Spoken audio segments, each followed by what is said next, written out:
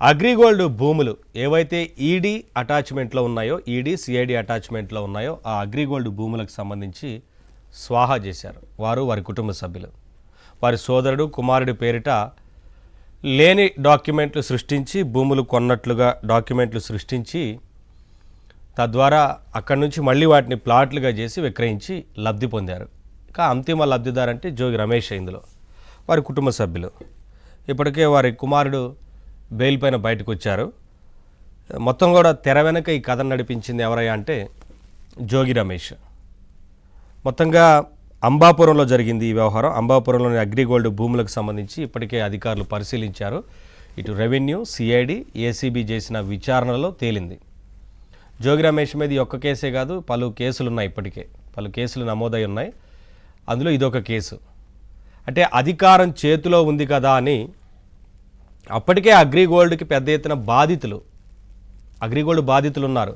వారికి న్యాయం చేస్తామంటూ ఆ రోజున జగన్మోహన్ రెడ్డి గారు చెప్పి అధికారంలోకి వచ్చి ఎవరికి న్యాయం చేయకపోగా ఆ భూముల్నే ఎలా కొట్టేయాలి అన్న ప్లాన్ వేసి పథకం ప్రకారం అగ్రిగోల్డ్ భూములకు సంబంధించి కొన్నట్లుగా లేని డాక్యుమెంట్లు సృష్టించి వాటిని మళ్ళీ ప్లాట్లుగా చేసి విక్రయించారు. అంటే సర్వే నంబర్లు కూడా తారుమారు చేయగలిగిన సత్తా ఉన్న నాయకులు అనాలా ఏమనాలో అర్థం అవట్లేదు. ఎందుకంటే సర్వే నంబర్లు కూడా తారుమారు చేసి తప్పుడు డాక్యుమెంట్లు సృష్టించి ఆ రకంగా వైసీపీ నేతలు లబ్ధి పొందారు. భూ అక్రమాల గురించి మాట్లాడినప్పుడల్లా 1-2 కాదు మనకు వచ్చేది. రాష్ట్ర వ్యాప్తంగా ఇదే పరిస్థితి ఉంది.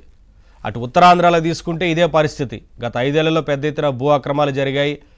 సర్వే నంబర్లు మార్చడం, తప్పుడు డాక్యుమెంట్లను సృష్టించడం, వాటిని మళ్ళీ ఇతరులకు విక్రయించడం, మళ్ళీ వాటిని ప్లాట్లు చేయడం, వాటిని వేరే వారికి విక్రయించడం, ఇలా చేస్తూ పోయారు.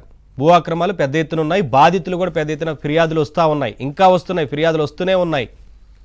ఒకవైపున పెద్దిరెడ్డి అరాచకాల గురించి మాట్లాడుతూ ఉన్నాం, ఒకవైపున విజయసాయిరెడ్డి చేసిన అక్రమాల గురించి మాట్లాడుతూ ఉన్నాం, ఒకవైపున ఫారెస్ట్ భూములను స్వాహా చేసిన సజ్జల రామకృష్ణారెడ్డి వ్యవహారం గురించి మాట్లాడాం. సజ్జల భూముల్ని అంటే ఫారెస్ట్ భూముల్ని కూడా తన పక్కన ఉన్న ఫారెస్ట్ భూముల్ని పూర్తిగా ఆక్రమించుకుంటూ వెళ్ళి అక్కడ నిర్మాణాలు చేపట్టారు. అక్కడ కూడా మరి అటవీశాఖ చర్యలు తీసుకోవాల్సి ఉంది. ఇంకా అటవీశాఖ ఇప్పటికే ఆ భూముల్ని అంటే అక్కడికి వెళ్ళి సర్వే చేసి హద్దులు మార్చి అంటే భూముల్ని స్వాధీనం చేసుకున్నప్పటికీ ఇంకా కఠిన చర్యలు తీసుకోవాలని ప్రజలు కోరుతూ ఉన్నారు. ఎందుకంటే అటవీ సంరక్షణ చట్టం ప్రకారం చర్యలు తీసుకోవాలి. అలాగే వన్యప్రాణులకు సంబంధించి స్థావరాలను ధ్వంసం చేసే రకంగా వ్యవహరించినందుకు వన్యప్రాణి సంరక్షణ చట్టం కింద కూడా అక్కడ చర్యలు తీసుకోవాల్సి ఉంది ఇంకా సజ్జల మీద. ఎందుకంటే ఫారెస్ట్ భూములు కొట్టేశారు. ఇంత క్లియర్గా తెలుస్తూ ఉంది. పెద్దిరెడ్డి కూడా ఫారెస్ట్ భూముల్ని కొట్టేసి ఇంకా వాటికి దారులు కూడా వేసుకొని రోడ్లు వేసుకున్నారు. జనావాసాల్లో కాకుండా వారి భూములకు రోడ్లు వేసుకున్నారు. నార్మల్ రోడ్లు ఏదో ఉంటాయి, కానీ వారి భూమికి మాత్రం వెళ్ళేలాగా రోడ్లు వేసుకొని అక్కడ ఎవరి కోసమో షెడ్లు నిర్మిస్తున్నారు. షెడ్లు ఉన్నాయి పనిచేసే వారి కోసం అని చెప్పేసి ఏదో బుకాయించే ప్లాన్, అంటే తప్పించుకునే మాటలు మాట్లాడుతున్నారు. ఫారెస్ట్ మినిస్టర్గా ఉండి పెద్దిరెడ్డి ఫారెస్ట్ భూములు కొట్టేశారు.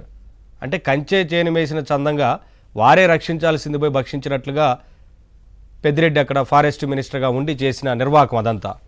ఇక సజ్జల గురించి చెప్పేది ఏముంది, ప్రభుత్వ ప్రధాన సలహాదారు ఉండి ఆయన ఇచ్చిన సలహాల గురించి అందరికీ తెలుసు.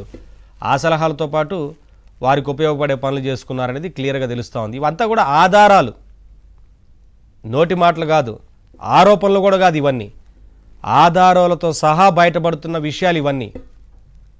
ఇవాళ జోగి రమేష్ వ్యవహారం అంటే ఇవాళ బయటపడింది కదా, ఎప్పుడో తెలిసింది అందరికీ.